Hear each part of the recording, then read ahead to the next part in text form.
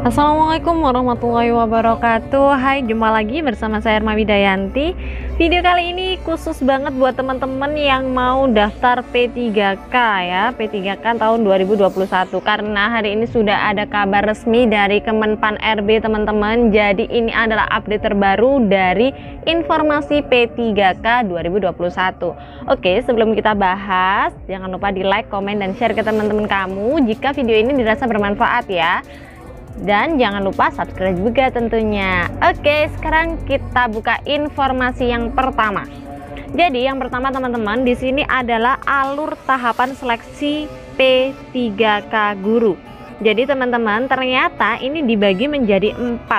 Jadi 4 itu, yang pertama adalah guru honorer THK 2 gitu ya. Yang kedua adalah guru honorer di sekolah negeri. Yang ketiga, guru di sekolah swasta. Dan juga yang keempat ini lulusan PPG. Jadi lulusan PPG ini sudah bisa daftar ya teman-teman ya. Kalau kalian sudah pernah PPG, jadi bisa daftar P3K. Oke, kita lihat alurnya teman-teman. Jadi alur yang pertama nih, peserta 1, 2, 3, 4 atau yang disebutkan di sini itu memverifikasi berkas oleh Kemendikbud. Jadi ada pendaftaran dan verifikasi berkas. Semua peserta harus melakukan pendaftaran awal nih teman-teman. Nah, di sini ada 3 macam tes ya. Ada 3 macam tes. Tes yang pertama itu untuk yang honorer THK sama guru honorer yang ada di sekolah negeri. Jadi di tes pertama ini tidak dapat melamar ke instansi lain, jadi harus di instansi tempat bekerja ya teman-teman. Kemudian jika informasi tersedia dan serdik atau kualifikasi yang bersangkutan sesuai, harus melamar di formasi tersebut. Jika formasi tidak tersedia dan atau serdik atau kualifikasi yang bersangkutan tidak sesuai, dapat melamar di formasi lain di instansi tersebut. Jadi intinya tes pertama ini untuk poin 1 dan 2, orang yang berada di poin 1 dan 2 harus melamar di instansi itu sendiri gitu ya teman-teman. Nah, kalau misalnya dia nggak lulus di tes pertama gimana? Bagaimana nasibnya yang 3 dan 4? Oke, jadi yang 3 dan 4 ini nggak perlu ikut tes yang pertama teman-teman, langsung ikut tes yang kedua. Jadi bisa juga diikuti oleh peserta dari 1 dan 2, golongan 1 dan 2 nih, itu yang nggak lulus tes pertama bisa ikut di tes kedua gitu. Jadi di tes kedua ini adalah peserta memilih kembali formasi di instansi yang masih belum terisi sesuai serdik atau kualifikasi yang bersangkutan. Jadi kalau belum ada yang terisi, maka dia bisa memilih di sana gitu ya. Peserta 1, 2, dan 3 tidak dapat melamar di instansi lain, jadi diisi di instansinya sendiri. Peserta 4 melamar di instansi sesuai dengan domisilinya. Jadi ini identik ke domisili ya teman-teman untuk lulusan PPG-nya. Kemudian diambil nilai tertinggi passing grade 1 dan passing grade 2 gitu. Jadi itu di tes kedua. Kalau di tes kedua nggak lolos gimana? Kalau tes kedua nggak lolos, teman-teman punya kesempatan di tes ketiga. Jadi di tes ketiga ini, peserta memilih kembali formasi yang masih belum terisi sesuai serdik atau kualifikasi. Peserta dapat melamar di instansi lain. Jadi semua instansi bisa ini. Jadi golongan 1, 2, 3, 4 itu ya bisa dapat melamar di instansi lain. Kemudian akan diambil nilai tertinggi antara passing grade 1, passing grade 2, dan juga passing grade 3. Nah, nantinya pastinya mungkin ada beberapa sih teman-teman, biasanya itu kan ada formasi kosong. Untuk pengisian formasi kosong ini, jadi setelah tes ketiga, formasi yang masih belum terisi dapat dilakukan optimalisasi pengisian formasi kosong. Jadi pengisian formasi kosong dilakukan berdasarkan ranking penilaian sekolah yang akan ditentukan oleh Kemendikbud begitu. Jadi alurnya gitu ya teman-teman, alur tahapan seleksinya. Nah, selanjutnya adalah jenis tambahan nilai atau afirmasi pada penilaian kompetensi teknis P3K guru. Jadi untuk kompetensi teknis sendiri teman-teman itu ada nilai tambahan. Jadi nilai tambahannya ini kan akan diberikan nilai tambahan pada penilaian kompetensi teknis dengan kriteria tertentu. Adapun jenis tambahannya yang pertama adalah serdik. Jadi teman-teman kalau sudah punya serdik nih, dapat nilai kompetensi teknisnya adalah 100%. Enak nggak tuh? 100%, jadi dari nilai maksimal. Jadi berlaku untuk semua peserta yang memiliki sertifikat pendidik yang linear dengan formasi yang dilamar. Oke, yang kedua adalah usia. Nah, usianya ini dapat nilai tambahannya adalah 15% dari nilai maksimal. Jadi berlaku untuk peserta di atas 30 tahun dan berstatus aktif sebagai guru selama 3 tahun terakhir. Nah, data ini diambil dari mana? Data ini diambil dari Dapodik. Oke, ketiga adalah disabilitas, itu hanya 10% teman-teman. Jadi kriteria guru yang bisa melamar akan disiapkan oleh Kemendikbud. Kemudian verifikasi akan dilakukan oleh Kemendikbud sendiri dengan metode verifikasi video. Yang keempat, yaitu guru honorer THK 2. Nah, ini juga ada tambahannya adalah 10%. Peserta terdaftar di database THK 2 BKN dan berstatus aktif selama 3 tahun terakhir berdasarkan Dapodik. Oke, tapi teman-teman perlu lihat ya catatannya, tambahan nilai atau afirmasi dapat diterapkan secara akumulatif. Total dari kompetensi teknis tidak boleh lebih besar daripada nilai maksimal kompetensi teknis itu sendiri gitu. Paham ya teman-teman? Jadi ini adalah jenis tambahan nilai yang ada. Jadi kalau teman-teman udah punya sertik nih, wah udah punya bekal untuk kompetensi teknisnya. Tapi yang lainnya gimana? Tetap aja teman-teman harus semangat dalam memilihnya nanti. Oke, selanjutnya ini adalah ketentuan umum dari P3K.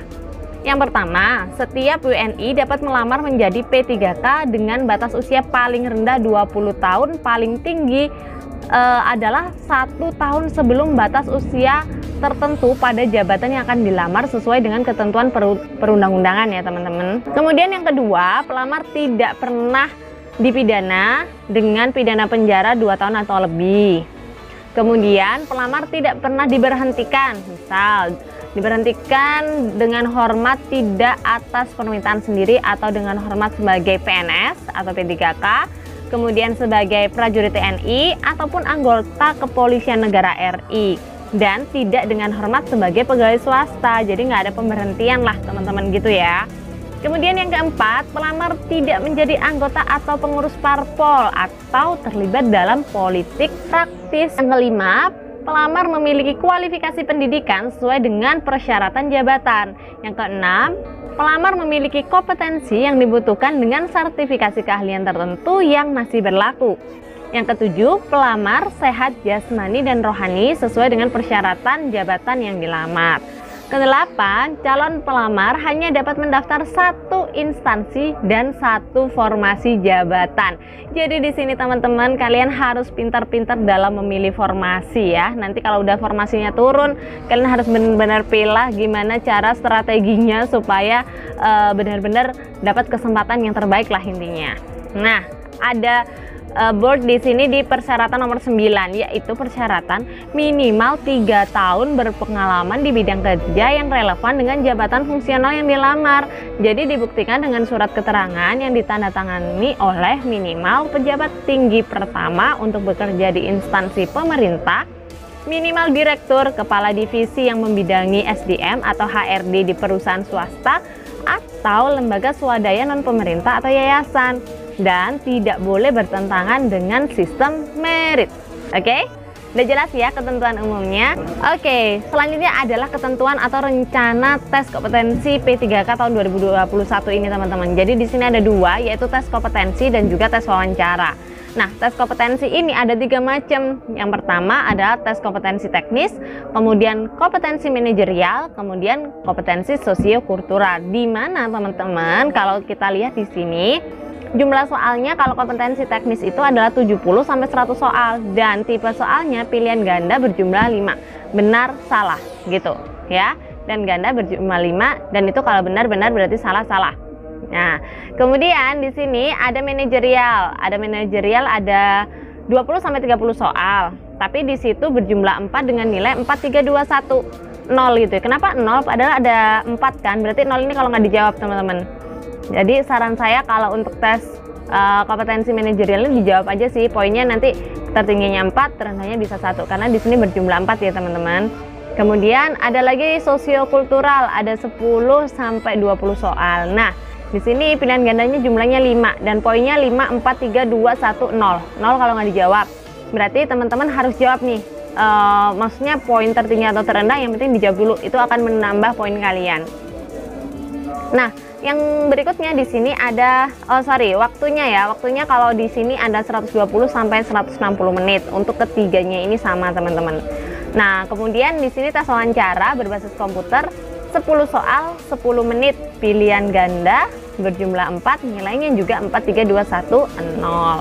Untuk passing grade, jadi passing grade nilai kompetensi teknis direkomendasikan oleh instansi pembina dan ditetapkan oleh Panselnas, Panitia Seleksi Nasional gitu ya. Kemudian nilai passing grade ini nilai penjumlahan kompetensi manajerial dan sosio ditentukan oleh panitia.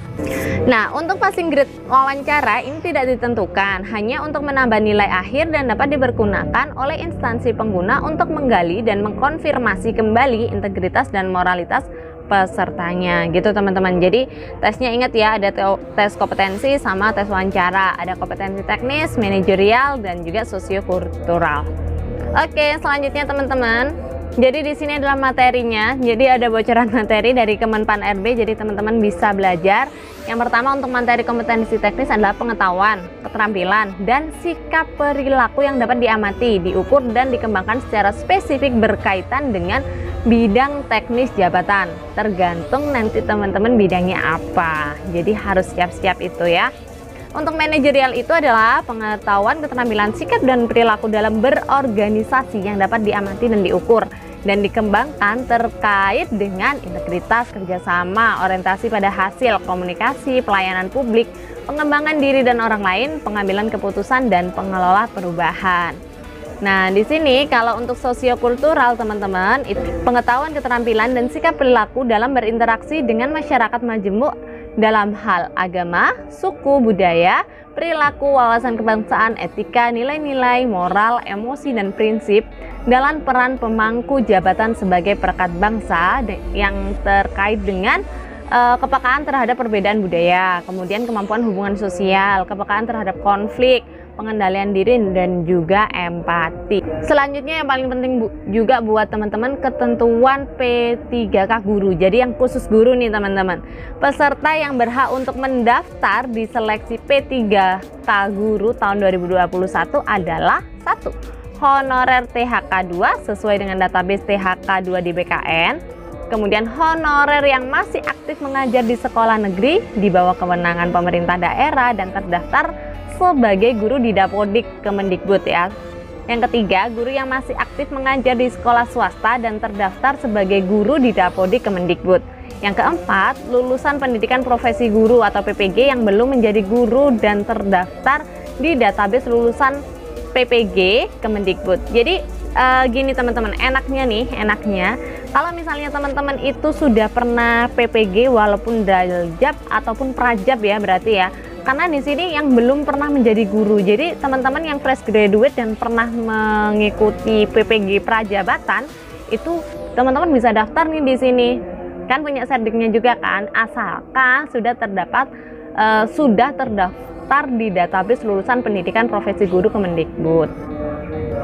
Nah, di sini adalah tes akan dilakukan atau dilaksanakan sebanyak 3 kali. Untuk verifikasinya, jadi verifikasi administrasi dilakukan berdasar sertifikasi pendidik terlebih dahulu. Apabila tidak sesuai, dilakukan berdasarkan kualifikasi pendidikan. Jadi yang berperan penting teman-teman adalah serdiknya dulu nih. Jadi bunyi serdiknya apa, baru ke kualifikasi pendidikannya, gitu ya. Selanjutnya, sertifikasi dan kualifikasi pendidikan merujuk pada SE Direktur Jenderal Guru dan Tenaga Kependidikan Kemendikbud nomor 1461-BT-TB1-GT.0201-2021 tanggal 15 Maret 2021. Berarti teman-teman kalau penasaran nih, boleh langsung dicari aja tentang SE ini. Jadi teman-teman cari dulu SE-nya, kira-kira cocok nggak ya yang mana gitu kan. Kan rujukannya di sini teman-teman. Jadi teman-teman nggak ada salahnya sekarang udah cari dulu masuk kualifikasinya yang mana, serdiknya itu linearnya yang mana aja gitu ya. Nah sekarang teman-teman ada tata cara unduh penetapan kebutuhan. Jadi sekarang itu Kemenpan RB ini sudah membuat suatu aplikasi ya. Jadi aplikasinya namanya e-formasi teman-teman. Jadi di sini sebagai pusat admin pusat kepegawaian, teman-teman download aja, kemudian login. Kemudian di situ ada menu unduh dokumen. Ada menu dokumen, pilih yang unduh dokumen. Jadi di situ ada dokumen yang bisa kalian cek ya. Pilih dokumen, kode instansinya, kemudian penetapan CASN 2021 PDF. Jadi di situ ada penetapannya teman-teman. Kalian bisa cari dulu. Kemudian buka file untuk melihat penetapan CASN 2021. Nah, ada catatan sih teman-teman, bentuk digital keputusan Kemenpan RB ini dapat diunduh setelah sesi 2 rapat ini selesai. Begitu informasinya, oke? Dan yang terakhir yang nggak kalah penting dan teman-teman harus tahu adalah jadwal seleksi CPNS dan P3K tahun 2021. Jadi ini teman-teman jadwalnya ini jadi satu ya teman-teman. Jadi antara CPNS dan juga P3K, yang pertama adalah pengumuman seleksi itu ada di tanggal 30 Mei sampai dengan 13 Juni. Kemudian pendaftaran seleksi 31 Mei sampai 21 Juni. Kemudian ada seleksi administrasi dan pengumuman hasilnya nih teman-teman, ada di 1 Juni sampai 30 Juni. Lalu ada masa sangga yang akan dilakukan di 1 sampai 11 Juli. Baru yang CPNS nih ada pelaksanaan SKD dengan sistem chat ya. Itu ada di Juli sampai September.